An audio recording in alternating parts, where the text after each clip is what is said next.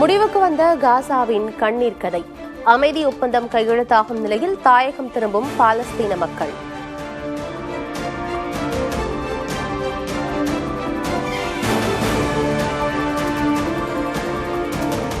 Israel Hamas இடையே நாளை கையெழுத்தாகிறது காசா அமைதி ஒப்பந்தம்.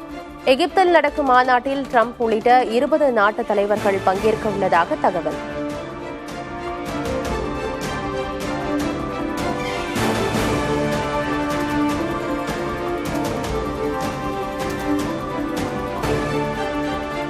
பீகார் தேர்தலுக்கான தொகுதி பங்கீட்டை இறுதி செய்தது தேசிய ஜனநாயக கூட்டணி. பாஜகவும் ஐக்கிய ஜனதா தளமும் தலா 101 தொகுதிகளில் போட்டி.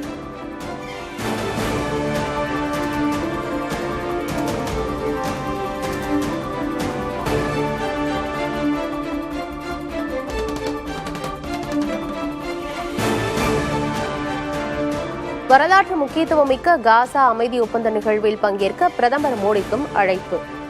பிரதமர் சார்பில் மத்திய அமைச்சர் கீர்த்திவர்தன் சிங் பங்கேற்க இருப்பதாக அறிவிப்பு.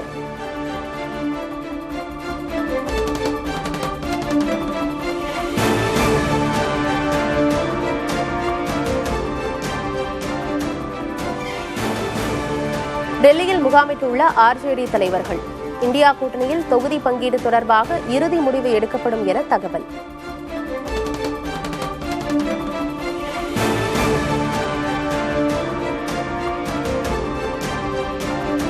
தமிழ்நாட்டில் 9 மாவட்டங்களில் கனமழைக்கு வாய்ப்பு. கோவை, திருச்சி, நெல்லை, கன்னியாகுமரி மாவட்டங்களில் கனமழை பெய்யும் என வானிலை ஆய்வு மையம் கணிப்பு.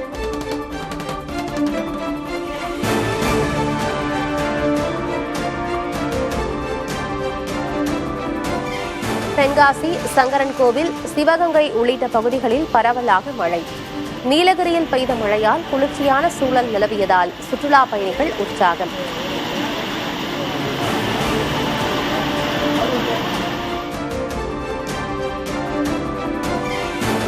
தீபாவளிக்கு ஒரு வாரமே உள்ள நிலையில் கடை வீதிகளில் அலைமோதிய கூட்டம். புத்தாடைகள், பட்டாசுகள், வீட்டு உபயோகப் பொருட்களை ஆர்வத்துடன் வாங்கிச் சென்ற மக்கள்.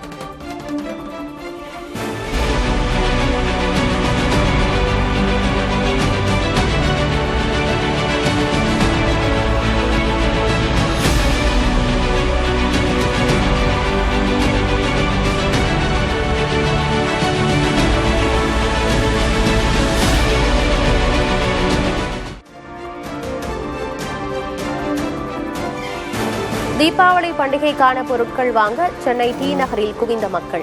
பொதுமக்களின் பாதுகாப்பை உறுதி செய்ய சிறப்பு ஏற்பாடுகள் செய்யப்பட்டுள்ளதாக காவல்துறை விளக்கம்.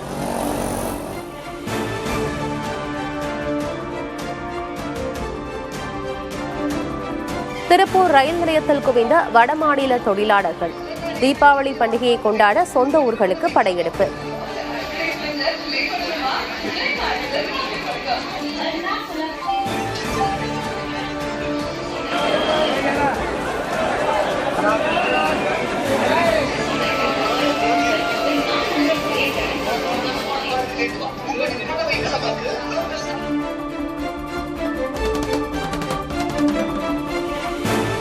ஆம்னி பேருந்துகளில் கூடுதல் கட்டணம் வசூலித்தால் கடும் நடவடிக்கை எடுக்கப்படும்.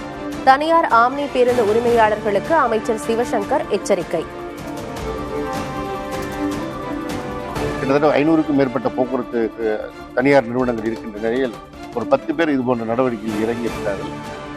நாளைக்குள் அவர்கள் அந்த கட்டணத்தை குறைக்காவிட்டால் அந்த பேருந்துகள் மீது தீபாவளிக்கு முன்பாகவே நடவடிக்கை எடுக்கப்படும் என்று.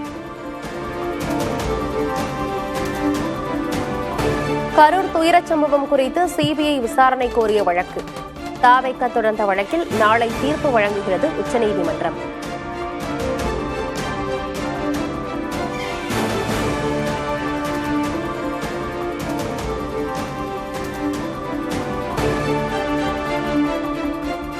திமுக கூட்டணியில் விரிசல் தொடங்கிவிட்டது என அதிமுக பொதுச் செயலர் பழனிசாமி கருத்து. தாவேகாவினர் தாங்களாகவே விருப்பப்பட்டு தங்களுக்கு வரவேற்பு அளிப்பதாக பேட்டி.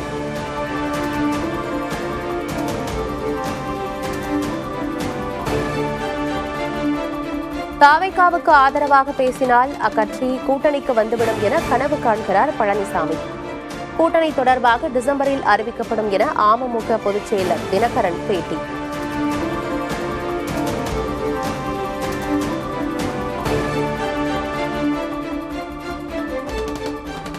சென்னையில் வழக்கறிஞர் மீது விசிகாவினர் தாக்குதல் நடத்திய விவகாரம். திருமாவளவன் தேவையின்றி தன்னை வம்புக்கு இழுத்துள்ளதாக அண்ணாமலை குற்றச்சாட்டு. சென்னையில் ஒரு இடத்துல ஒரு ஆர்ப்பாட்டம் நடத்துகிறாங்க. நம்முடைய சீஃப் ஜஸ்டிஸ் ஆஃப் இந்தியா அவர்கள் மீது தவறான ஒரு நபர் தாக்குதல் நடத்துகிறாங்க. அதை கண்டிக்கணும் எல்லோருமே. அதை கண்டிச்சுட்டு வரும்போது இவங்க ஒரு அட்வொகேட் மேலே தாக்குதல் நடத்துகிறாங்க. இதுதான் காமெடி. இதில்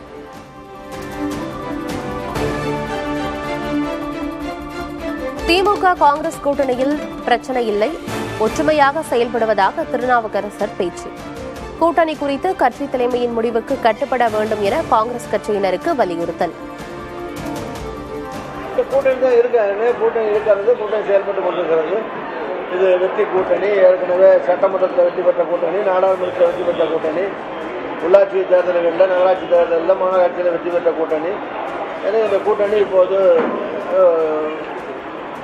ஒற்றுமையாக தான் செயல்பட்டு கொண்டிருக்கிறது, ஒன்றாக செயல்பட்டு கொண்டிருக்கிறது.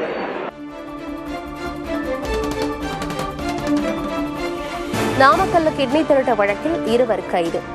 இடைத்தரகராக செயல்பட்டு வந்த ஆனந்தன் ஸ்டான்லி மோகனை கைது செய்தது எஸ்ஐடி.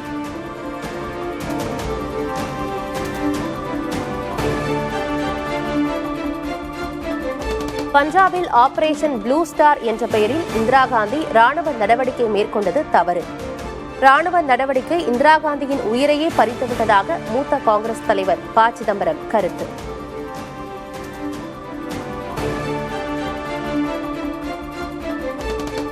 பாகிஸ்தானின் 58 ராணுவ வீரர்களை கொன்றுவிட்டதாக ஆப்கானிஸ்தான் அறிவிப்பு. ஆப்கானிஸ்தானின் 19 ராணுவ முகாம்களை கைப்பற்றியதாக பாகிஸ்தான் தகவல்.